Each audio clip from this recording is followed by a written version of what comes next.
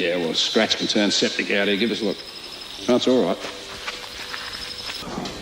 Michael J. Crocodile Dundee. Welcome to Weird Film Facts, where we dig deep into the most fascinating film secrets. Today, we're diving into the iconic 1986 romantic comedy, Crocodile Dundee. This movie didn't just introduce Australia's comedic genius Paul Hogan to the world, it also turned the wild Outback into a global box office goldmine. I love you! Let's go deep into some weird facts you might not know about this classic film. Brace yourselves because this journey will be full of surprises. The idea for Mick Dundee actually came from Paul Hogan's own fish out of water experience when he first visited New York City. He felt completely lost and was even mistaken for a Scotsman by Americans. Hogan wanted to express this feeling and create a folk hero for Australia, saying he found Ned Kelly pathetic and so were our bushrangers. Additionally, the character Mick Dundee is also said to be inspired by the true story of Rod Ansell, a bush tracker who extraordinarily survived in the Australian wilderness by eating frogs, insects, and drinking cattle blood. Although Hogan never officially confirmed this link, the similarities between Mick Dundee and Ansell's story are undeniable. The combination of personal experience and real-life stories created an iconic character. 2 beers, all right? One for me, one for me, mate. Michael J. Crocodile Dundee. The film opens with an iconic shot of the Sydney Harbour Bridge. This detail is deeply significant because Paul Hogan used to work as a rigger on that very bridge before he became famous. This was his original job before he quickly got a break with Channel 9. The shot isn't just a location highlight, it's also a subtle nod to the star's humble beginnings. It shows Hogan's journey from a construction worker to a global film star. Starting the film with this national icon also immediately places the audience in an authentic and majestic Australian setting. It's a great way to connect Hogan's career with the film that made his name. Initially, Paul Hogan's idea for Crocodile Dundee was laughed at by major film studios. They thought the script was too niche and too Australian, unsuitable for the international market and unlikely to succeed. No one believed in the project or was willing to invest. So, in a bold move, Hogan decided to self-finance the entire film. He not only starred but also co-wrote the script and worked closely with a local producer to bring his vision to life. For Hogan, this wasn't just a regular film project, it was his survival in the entertainment industry. His persistence and unwavering belief in his unique vision. Oh, Mick, you frightened of me. So I ought to, mate. Were key factors that helped the film get made and achieve unexpected success. When American executives first watched the rough cut of Crocodile Dundee at a special screening, they didn't finish the movie. It's incredible. Some people walked out after only about 20 minutes of the initial screening. Their reason was that the slang and the humor were too Australian and wouldn't appeal to American audiences. Well, if you can manage, Wal. Oh, yeah. No troubles at all. Yeah, well, to start with, she's a better kisser than Donk. One studio executive even went further, suggesting they dub Paul Hogan's voice to make it more authentic and easier to understand. However, Paul Hogan and his team adamantly and definitively rejected this ridiculous proposal. The decision to keep its Australian identity preserved the film's authenticity and unique appeal. This was a big lesson in trusting the original creative vision. After seeing only the first 20 minutes of Crocodile Dundee, 20th Century Fox executives flat out refused to distribute the film. They were completely convinced that the movie would fail miserably in the American film market. They even seriously discussed cutting many scenes and dubbing the entire film in American English to fix it their way. However, another studio, Paramount Pictures, saw great potential and made the bold decision to distribute Crocodile Dundee. This decision proved to be an incredibly shrewd strategic move, as the film later became a huge global box office success. Crocodile Dundee grossed hundreds of millions of dollars, far exceeding all of Fox's predictions. Fox missing this golden opportunity became one of the biggest mistakes, and a classic lesson in Hollywood history. All right. For Linda Kozlowski, a refined stage actress from New York, filming in Australia's remote Kakadu region was a real physical and mental challenge. She had to endure extremely harsh living conditions, completely unlike her comfortable city life. Linda was given a corrugated tin hut as her lodging, a place with no running water and completely uninsulated in extreme weather. The hut contained just a mattress, 4 thin walls, and the constant buzzing of insects echoing through the night, making sleep difficult. This discomfort, deprivation, and isolation greatly affected her mood and experience throughout filming. However, these raw and realistic conditions significantly contributed to her authentic, unpolished performance on screen. It helped her naturally and credibly embody the role of Sue Charlton, a New York journalist experiencing culture shock. I'm sorry, you believe it'll take your spirit away? No, you got a lens cap on. During filming in Australia's Northern Territory, the crew faced a dramatic and dangerous situation. A real crocodile, attracted by the lingering smell of food, wandered onto the set during the night. Fortunately, no one on the crew was hurt in this scary incident, despite the danger being close. Well, if it isn't, I'm gonna have a hell of a job skinning the However, production had to be halted for a full day to ensure absolute safety for everyone. From then on, all scenes involving water or near wild areas were monitored more closely than ever. The crew had to use extra eyes and real guns to deal with the potential and unpredictable threat from the surrounding wilderness. This incident became a clear reminder of the challenges of filmmaking in the harsh Outback. Besides crocodiles, the film crew also had to deal with another danger from Australia's wild nature. A crew member, specifically the camera assistant, was bitten by a small but venomous snake. This accident happened unexpectedly when he was setting up a shot near a tall, grassy area where dangerous reptiles lurked. He had to be rushed to the nearest hospital for emergency treatment, a challenging journey from the remote area. Fortunately, thanks to timely medical intervention, he survived the dangerous incident. This incident was a clear reminder for the entire film crew about the wild and inherent dangers always lurking in the Australian wilderness. Yeah, well, scratch can turn septic out here. Give us a look. That's all right. It emphasized the importance of staying vigilant and implementing strict safety measures in this harsh, natural environment. In the famous scene where Mick Dundee subdues a buffalo with his mysterious hypnotic power, many might not know an important behind-the-scenes secret. The buffalo used in that scene was completely real, not a prop or special effect. However, to ensure absolute safety for the actors and crew, the buffalo was tranquilized. This is why it didn't resist much and easily fell asleep obediently in the film, creating an impressive effect. This made the scene much easier, especially after many unsuccessful struggles beforehand when the buffalo was still awake. This secret shows the ingenuity and safety measures the film crew applied to create realistic yet controlled shots. It's a typical example of how Hollywood uses clever tricks to achieve desired effects. The distinctive and iconic crocodile hat worn by Mick Dundee wasn't just a prop prepared for the film. In fact, it was Paul Hogan's favorite personal hat. He had worn it for years before filming began, and so it had become worn, bent, and smelled of real Outback leather, carrying a strong personal touch. When the costume department suggested preparing a cleaner, newer version for the shoot, Hogan adamantly refused. He insisted that the dirt gave it character and authenticity, a characteristic that couldn't be faked or replicated with a new prop. He's got a knife. That's not a knife. That's a knife.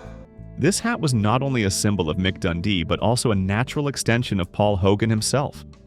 It's a small detail that contributed greatly to shaping Mick Dundee's authentic and memorable image. In one of the film's most famous and iconic scenes, the line, "That's not a knife," became a global classic.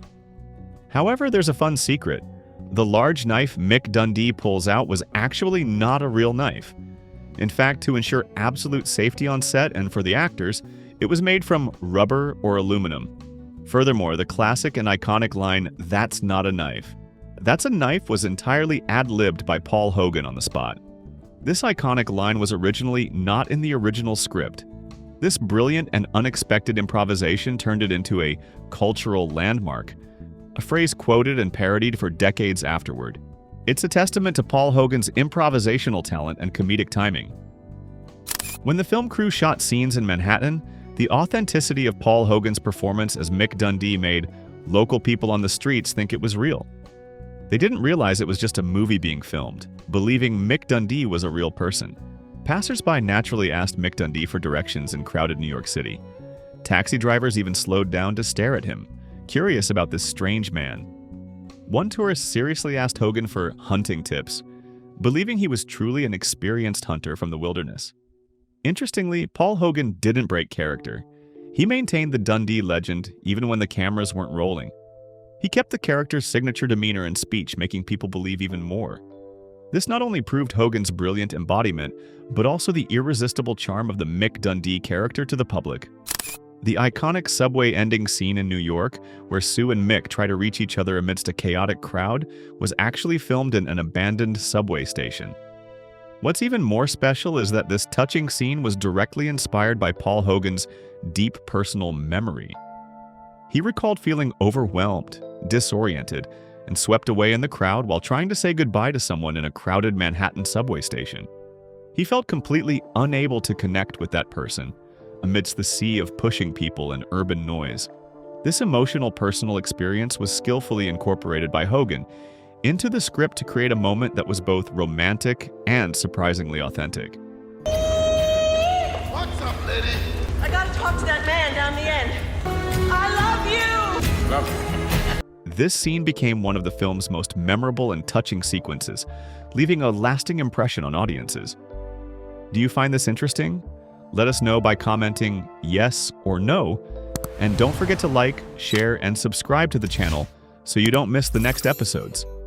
When Crocodile Dundee was released internationally, an interesting and quite humorous confusion occurred with Paul Hogan. Some audiences, especially in countries with fewer English language releases, actually thought Paul Hogan was the legend Clint Eastwood. This confusion stemmed from Hogan's sharp gaze, calm demeanor, and deep voice, which bore some resemblance to Eastwood's signature style. Notably, in some pirated foreign releases, Hogan's name was even mistranslated or deliberately altered to Clint Eastwood to boost sales. You see, Aborigines, well, roam across the earth and be left in peace. This confusion wasn't just a funny anecdote, it became a long-running joke in the industry. Paul Hogan actually has a history of impersonating Eastwood in interviews and public appearances. And the culmination was when Clint Eastwood himself once approached Hogan's table and subtly threatened him with a butter knife. Because of these mistaken identity rumors showing Eastwood's playful side, few people know that one of the 1,400 initial investors in Crocodile Dundee was the famous lead singer of the rock band INXS, Michael Hutchins. At the time, no official agreement or credit was widely announced for this investment. Hutchins simply had a gut feeling that Paul Hogan's little film had heart and deserved a chance to shine. Looking for a good time, honey? Always looking for a good time. Either of you, ladies. No, we're both single ladies. He put his faith in this project without needing recognition or promoting his name. Michael Hutchins was a humble person and never boasted about his investment in the film. However, he would discreetly and contentedly smile when Dundee was shown in hotels during INXS's US tour. This demonstrates his silent but sincere support and his firm belief in Paul Hogan's talent and vision. Well, hell, we might just have to give you one for free. One what? Initially, the role of Sue Charlton was given to Paul Hogan's then-wife Nolan, but there was no on-screen chemistry between them. So the role was later recast and given to actress Linda Kozlowski, a fateful decision. During filming, Paul Hogan, who was still married at the time, and Linda Kozlowski developed a romantic relationship that blossomed right on set. Their special chemistry didn't just stay on screen, it blossomed into intense real-life love. Some nitwits put 2 dunnies in here. One dunny, one bidet. It's for, you figure it out. Hogan later divorced his first wife and married Kozlowski. They were together for more than 2 decades, becoming one of Hollywood's most iconic and enduring couples, even though they later divorced. Their relationship is a love story that transcended the screen, attracting public attention. After the resounding success of Crocodile Dundee, Paul Hogan faced global fame and millions of US dollars in earnings. However, he didn't entirely trust Hollywood's complex and sometimes confusing financial system. Instead of hiring senior accountants or professional financial managers, he had a unique and somewhat peculiar way of handling money. Hogan regularly carried tens of thousands of dollars in cash on trips between Los Angeles and Sydney. He hid large sums of money in his personal luggage, in secret envelopes, or even in his socks to avoid attention. He saw it as his own way to directly control what he had built with his hard work and dedication. This approach clearly reflects Hogan's practical, independent, and somewhat skeptical personality towards large financial institutions. Crocodile Dundee was produced on a modest budget, with a mostly unknown cast and a simple story about an Aussie in New York. Initially, no one expected this film to become a global box office phenomenon and a classic. Its resounding success came mainly from positive word of mouth and the deep connection audiences felt. Viewers genuinely loved the simple yet hilarious story and the down-to-earth, relatable character of Mick Dundee. This led the film to become the second highest-grossing film in the US in 1986, an astonishing achievement. It was only surpassed by Top Gun, a major action blockbuster with a huge budget and famous stars. This is a powerful testament to how a good story and a unique character can overcome all production and marketing barriers to touch the hearts of audiences. One of the most curious things about Crocodile Dundee is how significantly different its American version was from the original Australian cut. Over 60 Australian slang phrases, wordplays, and local humor were cut or rewritten for the American release. Phrases like fair dinkum and you've got Buckleys were replaced with simpler jokes or removed entirely. Notably, in Australia, the film was simply titled Crocodile Dundee.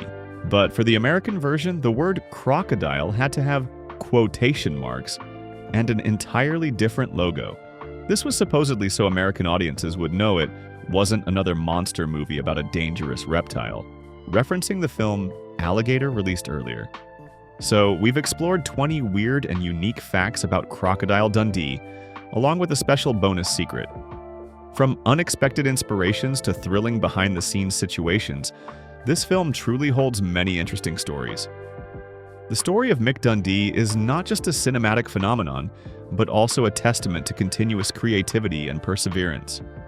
Crocodile Dundee remains a beloved cultural icon worldwide, continuing to captivate generations of audiences.